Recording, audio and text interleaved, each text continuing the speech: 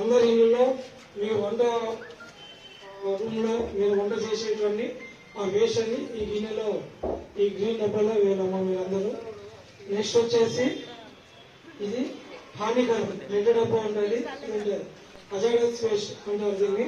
అంటే ఏమి మన ఇంట్లో మొబైల్ కానీ టీవీలు కానీ అవి ఏమైనా ప్లాస్టిక్ వస్తువులన్నీ దీంట్లో వేయాల్సి వస్తుందమ్మా. నెక్స్ట్ వచ్చేసి ఇది పొడి చెత్త. పొడి చెత్త అనేది మన ప్లాస్టిక్ పేపర్లు కానీ మరియు వేస్ట్ పేపర్స్ మన అన్నీ ఉంటాయి కదా, ఆ పొడి అనేది ఈ డబ్బాలో వేయాలమ్మా.